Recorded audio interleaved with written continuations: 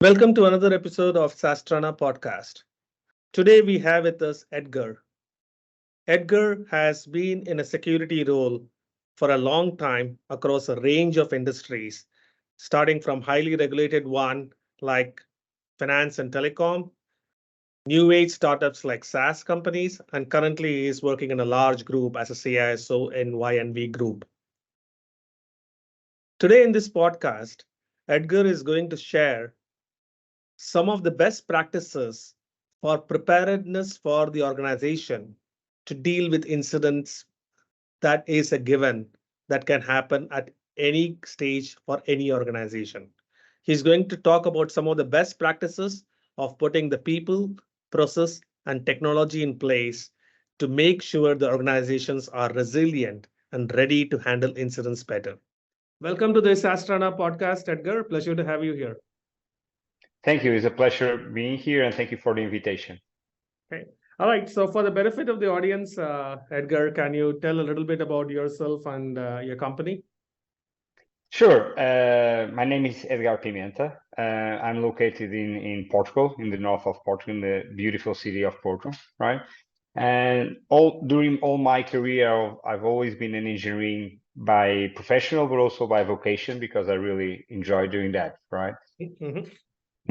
In my early days, I started working as a developer, right? And rapidly moved to internal audit. At that time, in a telco company in Portugal, right? Doing mainly systems audit and in the beginning of security audits. We're talking over 20 years ago, security was not what it is today, for sure. Okay. So I've worked for around 20 years in high regulated markets in the telco sector, in the financial sector.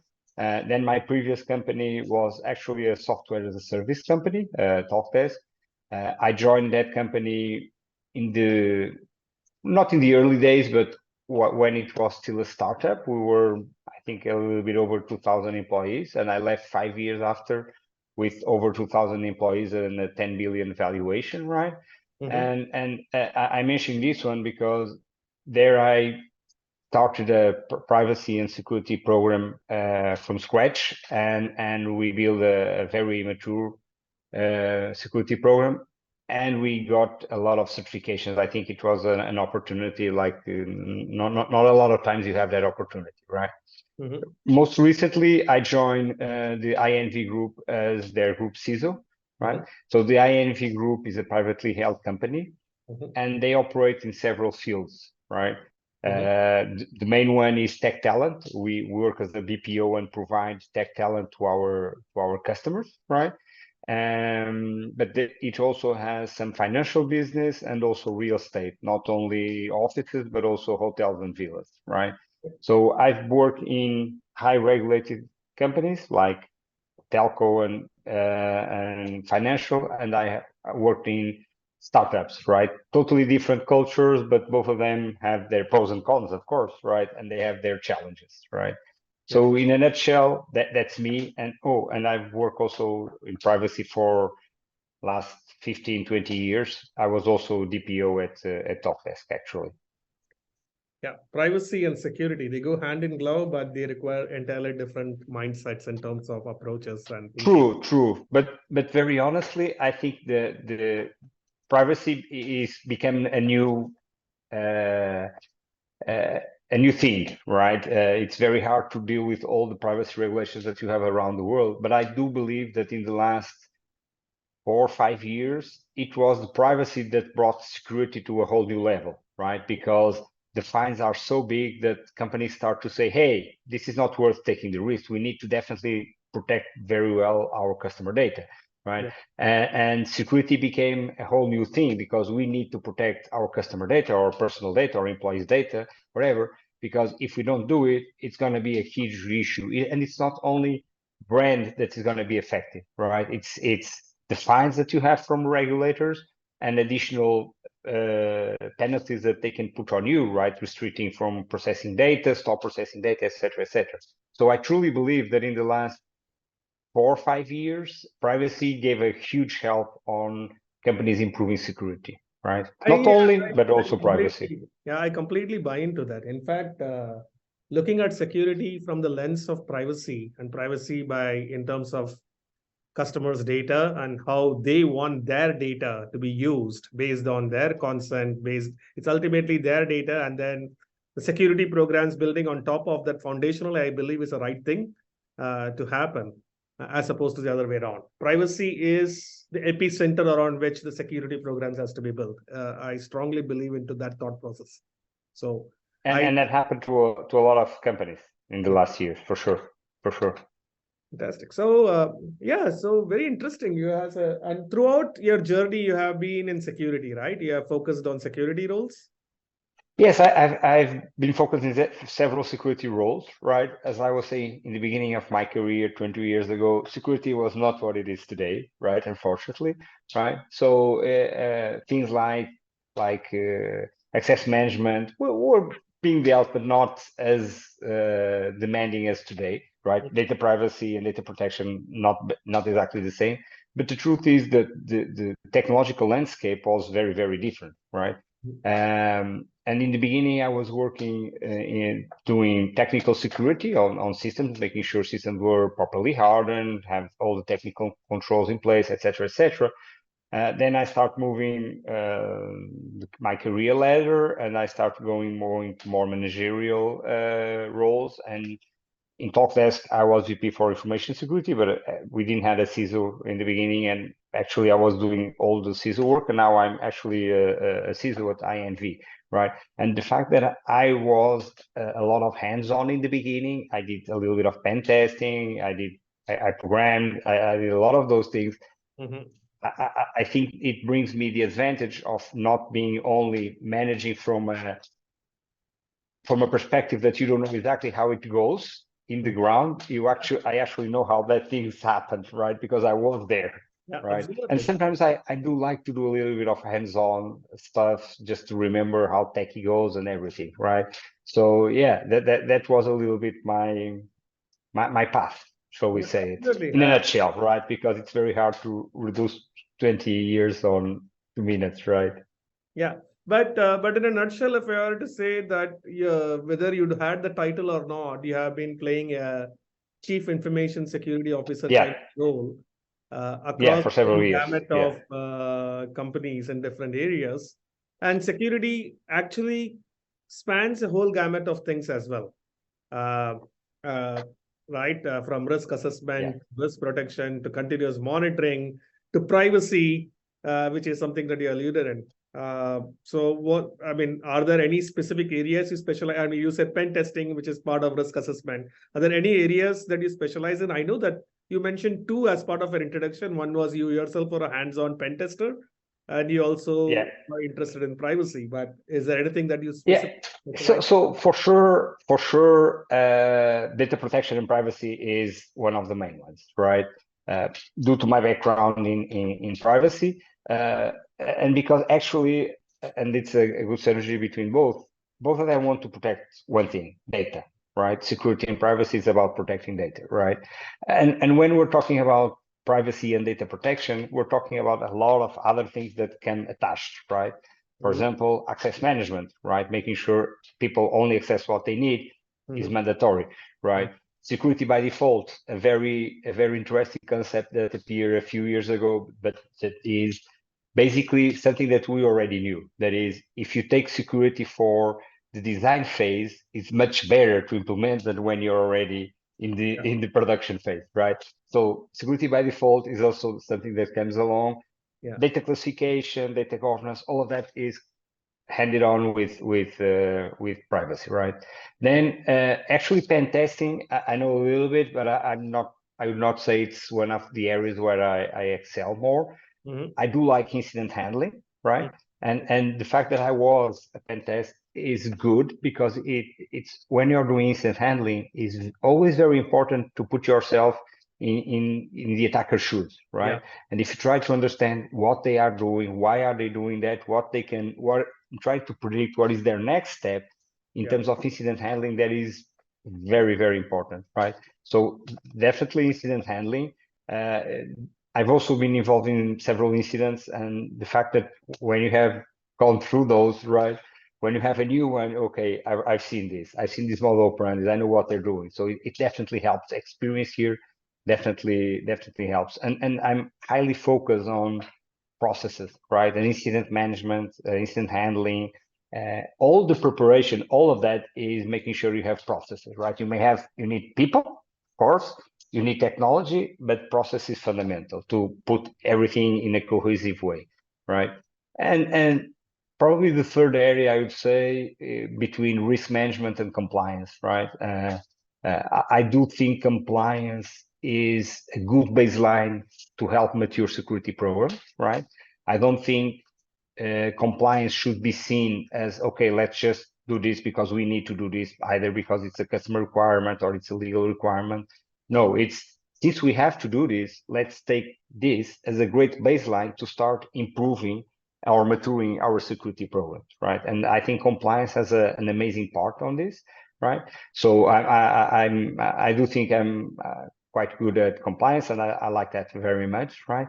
I also see compliance also as a business advantage, right? And I think security and the business need to work together, right, towards the improvement of the company, right? So security cannot live in a silo, right, where they just, oh, I want to do this, and they forget the business. They need to know the business. They need to help the business, right? So I think security can also seen, and compliance can also seen as a security advantage, right? And by nature, right, I'm a huge fan of continuous improvement, right? Things like the ISO certifications definitely are mandating. Mm-hmm. I'm an advocate for continuous improvement. So compliance also matches a lot that, right? So there's no perfect security program, right? You need always to keep improving. And the fact that you're improving makes you understand what are the flaws that you have, what are the issues that you have, what are the risks that you have, and now work towards mitigating, solving them, right? And that cycle of improvement, I think it's fundamental to mature and security programs. Actually, it works in a lot of things. Yeah. Security is one of them, right? Yeah, but I think I liked and I coined a moniker for the three things you mentioned, PPC. PPC is, you said the three areas you specialize in under security is privacy, process, and compliance.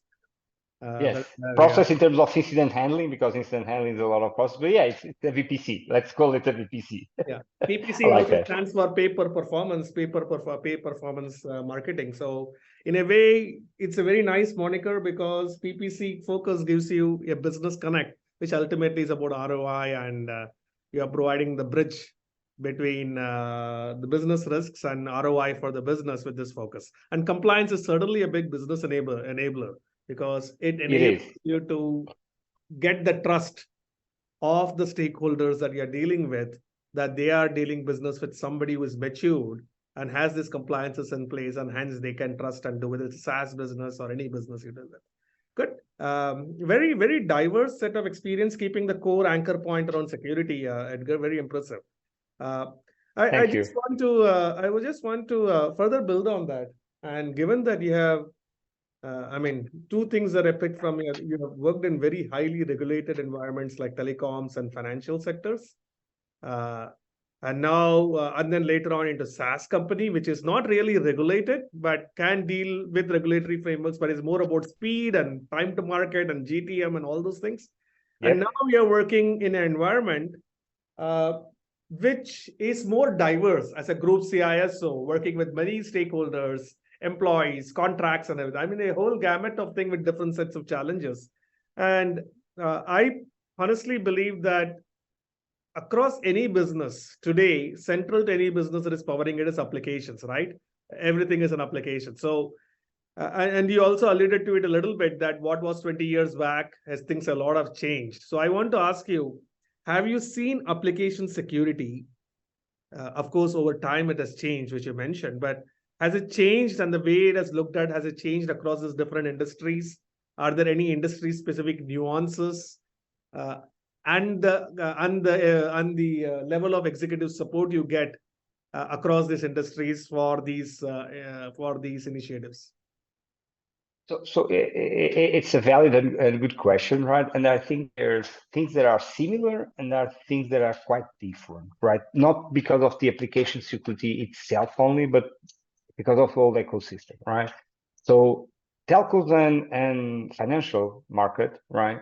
High regulated markets, by default, they're more risk adverse, right? So everything is done in a different way, right? And a lot of the applications that are in the ecosystem of those companies, of course, you have home banking, you have mobile applications, but there's a lot of applications that are internal, right? And a lot of times they rely on a lot of the holistic security that you put on them, meaning network security, etc., etc., etc., right? So there, to a certain point, they may not be that exposed, right? I'm excluding the mobile applications for home banking and things like that, right? When you go to SaaS, right, it's quite the opposite, right? You're developing applications that you want to put either as an API or with a user interface. You want to put it out there, right? And you want it to be in the cloud and you want it to be open to everyone, right? So in terms of threats, you're much more exposed to a certain point, right? While in the telco and financial, you may not be that exposed, but at the same time, you're in a sector that is much more a target, right? You're much more, because that's where money is, right? Mainly in the financial sector, right? So you have those threat landscapes that is a little bit different, right? Then when it comes to dealing with application security, there's also the technology that you have, right? A lot of telco and financials, they have more legacy systems. Of course, in the last few years, a lot of them are updating to more recent technologies, but they have more legacy technologies, right? And it's working, right? If this is working, I prefer not to change it, right? At the same time, the development process they're also changing, but we're much more waterfall, right? So every change that needs to be done in terms of updating, security patch, etc., it was a little bit harder. In SaaS, it's different, right? You fail fast, right? But you also correct fast. So hopefully, right? So you use more recent technologies, and a lot of times you can have very fast the development pipelines to solve the issues, right? The concerns that I see, and this is a little bit criticism between two different approaches of development, is in waterfall it takes much more time, but sometimes you are able to put all the security or a lot of security requirements in the beginning and make sure they are implemented, right? It's in a perfect world, right? In the agile, a lot of times, a lot of teams develop MVPs, right?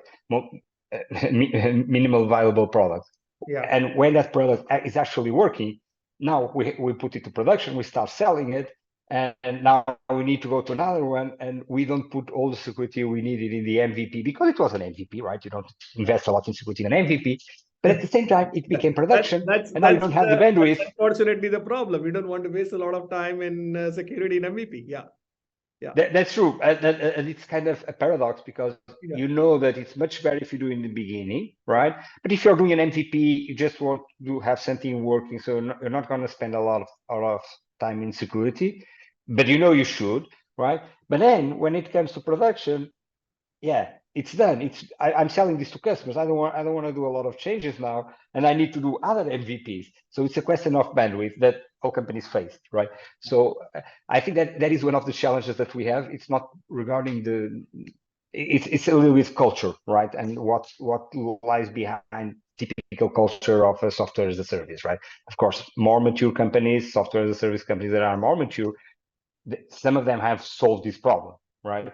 But if you are talking about startups in the beginning, it is what it is, right? And it's always from a security perspective, is always a pain try to push security in those MVPs. So it's different. Each company it's different, right? It really depends how exposed you are, how many applications you have that are external or internal. But there are some differences, I would say. Yeah. I agree. I think SaaS is all about speed. You hit the nail on the head where in this regulated environments like large enterprises, telecoms, and financial services, it is about being risk averse and having regulatory frameworks driving your entire protocol and mandate. And right now in this group company that you're working over, there's a lot of legacy and disparate systems that you probably have to deal with, which presents its own challenges as well. There's always some. Actually, we don't have a lot of legacy systems. We are quite a recent company, to be honest. But it's a different ecosystem, right? It's a more complex ecosystem, right? We have a lot of on-prem stuff, and that brings, like everything, it has pros and cons, right? But we will also rely on some of cloud providers and software as a service providers. And in that case, some of the responsibility is not on our side, is on our provider side, but we need to make sure that we put them, we have some controls over them to make sure that they don't fall in those issues that sometimes SaaS companies fall. Yeah.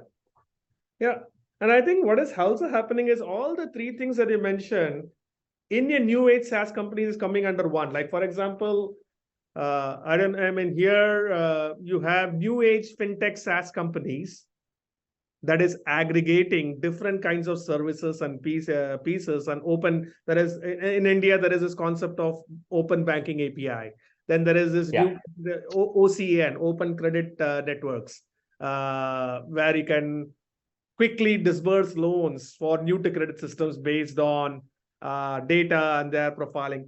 So there is a through speed, there is an aggregation of different pieces of technologies, which is going to have disparate systems, not necessarily legacy, but new age systems, combining them and working in a fintech market or a telecom market. So I think you're going to have a mix of all this coming in together in the SaaS ecosystem anyway as we go ahead. I totally agree with you. Yeah, I totally agree with you, and it's interesting because we see fintech companies coming up, right?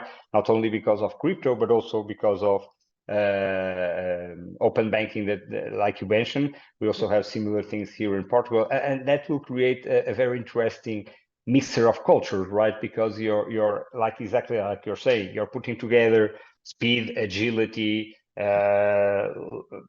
Let's fail fast, but let's also develop fast. And at the same time, you're working with high regulated markets, with very sensitive information, with a lot of privacy concerns, right? And this is definitely a huge challenge. And I think a lot of companies that, or if not all companies that work in that space, they will need to address those challenges very, very quickly, right? And I think there will be a time where regulators will understand that eventually they need to do their regulation in a different way.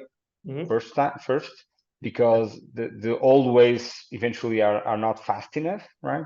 And at the same time, some of those companies will understand that they need, I'm not saying that they are not, right?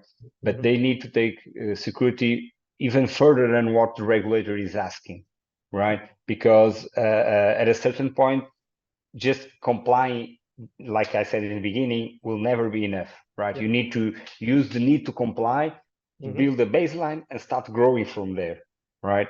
And I think that's something in the cultural that is still shifting, because a lot of those companies still, okay, I need to comply with this, so I'm okay, I'm complying with this, it's done. Regulator asking this, I'm doing this. You need to go further, because regulators, when they will understand, oh, these companies are different, we need to be more demanding with them, right? And if they're not prepared, they will struggle for sure. I agree. I think I'm going to pick on the point you mentioned that one of your top 3 skills, or one of the top 3 specialization within security you mentioned, was process on incident management. So is there any incidents that you can share and talk about how you handled it? Can you give an example? Oh, and unfortunately, I've been involved in several of them.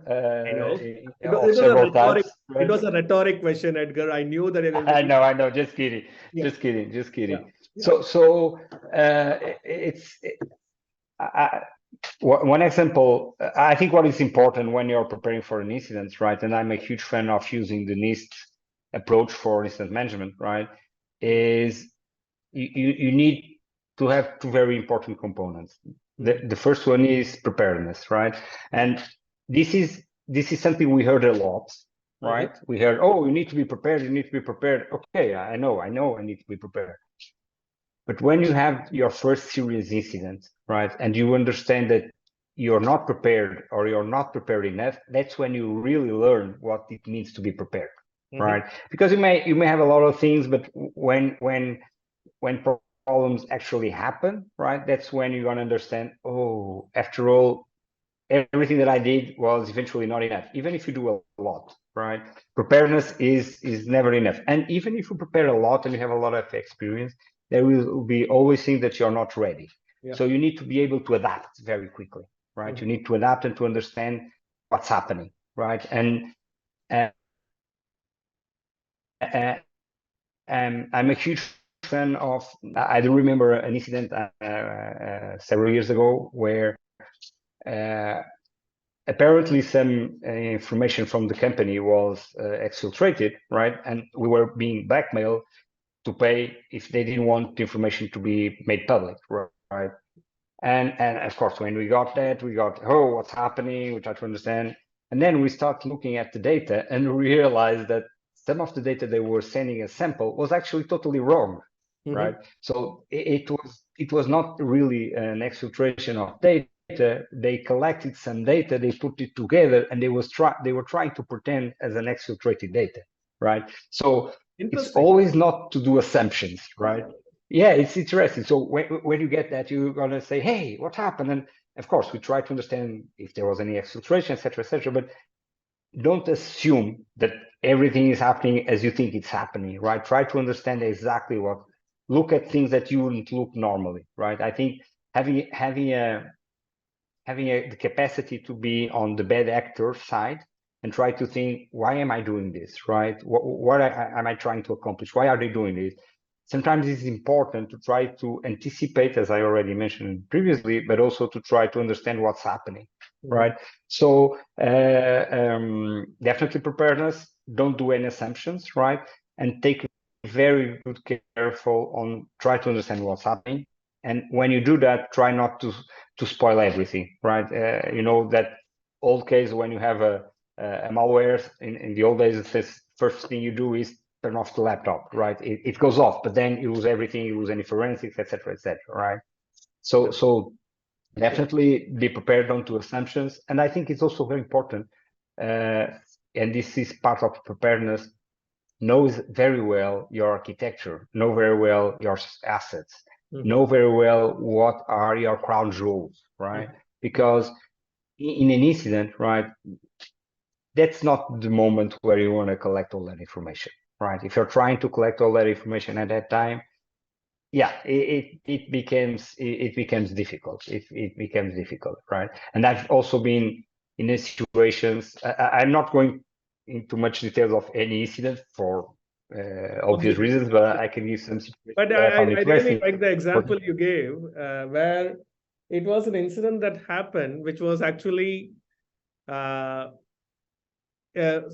you ransomware for a threat that was pretending to be a lot more serious than it actually. It was like somebody trying to steal you and take money out of you with a toy gun.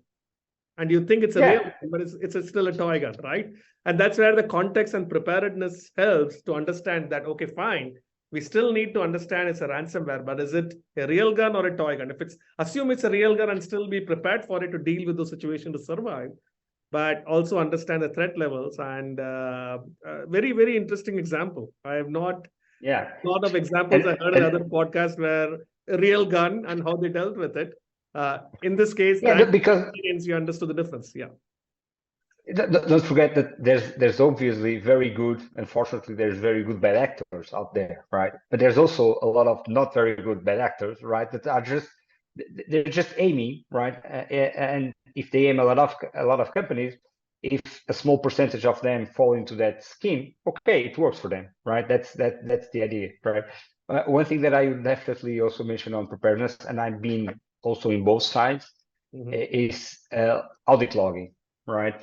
It's so good when you have an incident, right? And you start going through your systems or your CM or whatever, and you realize that you have traceability to understand what happened. It gives you a sense of accomplishment, and warmth.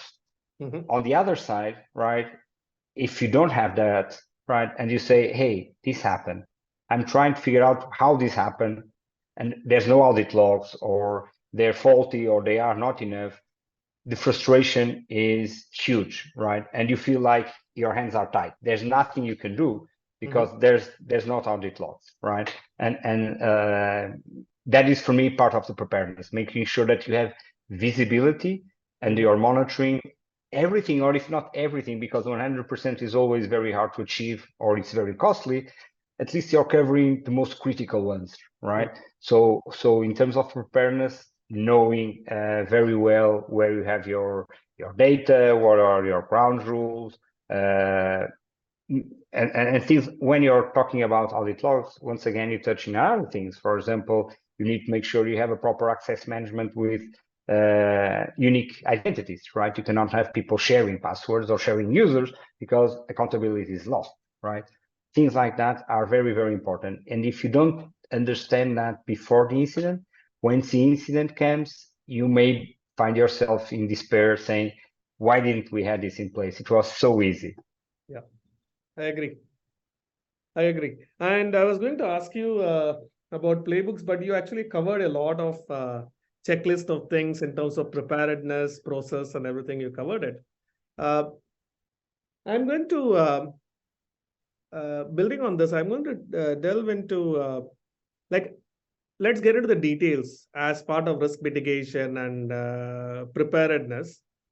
Are there any top software categories that you prefer in terms of, like, there's a whole gamut of categories like DAST, SaaS, IAST, WAAP, dark web monitoring. Now there is something called deception monitoring. All kinds of categories and new age startups and tools are being created around this.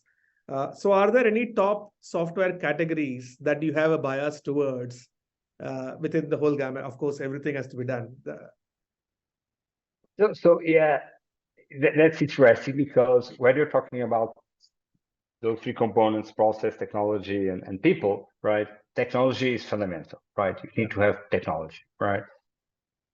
But if you have a lot of technology, but you don't have the people or the processes to deal with it, or to improve it, or to take the best approach of it, you're just saying you have it, right? You're not doing the best, right?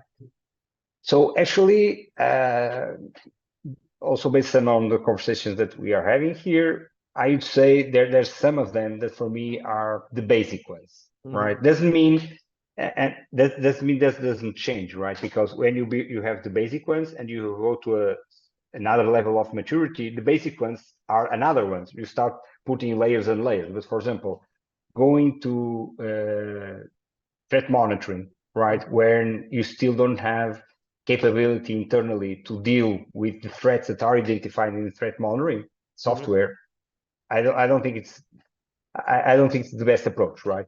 Definitely for me, WAAP for applications is a must-have, right? It's like the cost benefit that you can have with a WAAP is amazing, right? And brings you a lot of benefits, right? It protects you a lot of typical threats like OWASP top 10, etc. And you can build on top of a WAF and having DDoS protection, virtual patching, etc.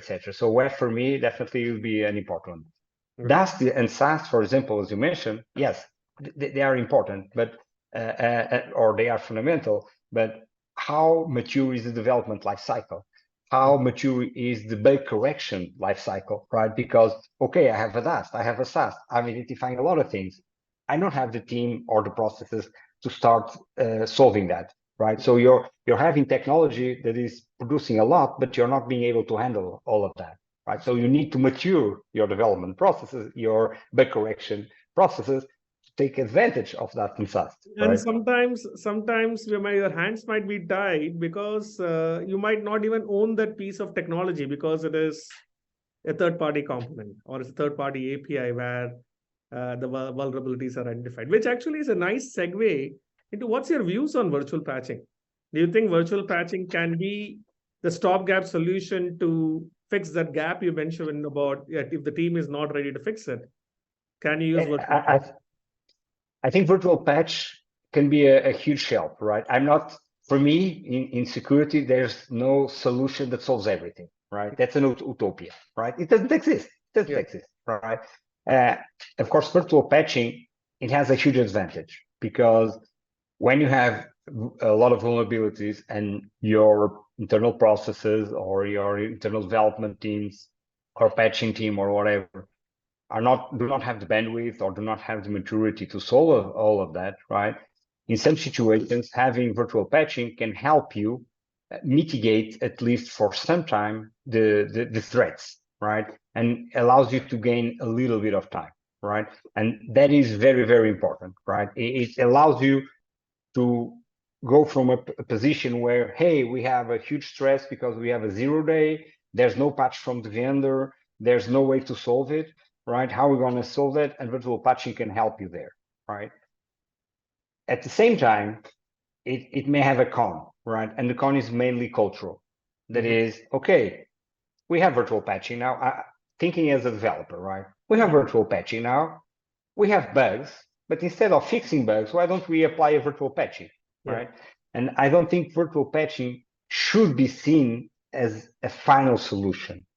It's a mitigating risk solution that helps for sometimes, but at the end, you need to solve the root cause, right? You cannot just apply virtual patching to everything and not solving the root causes, because if not, one day it's going to be the same problem. The best you have so many virtual patching to apply that there's no bandwidth to solve and to apply all the virtual patching, and it's becoming too complex, right? So it needs to be a temporary solution that helps reduce the risk during a period of higher threats or higher critical vulnerabilities that cannot be patched by the vendor, for example, right? So huge fan of virtual patching, very important, right? Can help a lot, but should not be seen as, okay, now we have virtual patch, vulnerability management is done, patch management is done because we have virtual patch. I think right? the best example I heard from another person in a different podcast was, think of virtual patch, the temporary solution, as the equivalent of if you're in the highway and your tire goes flat, you put a tire sealant to just get you to the service center where you can fix it.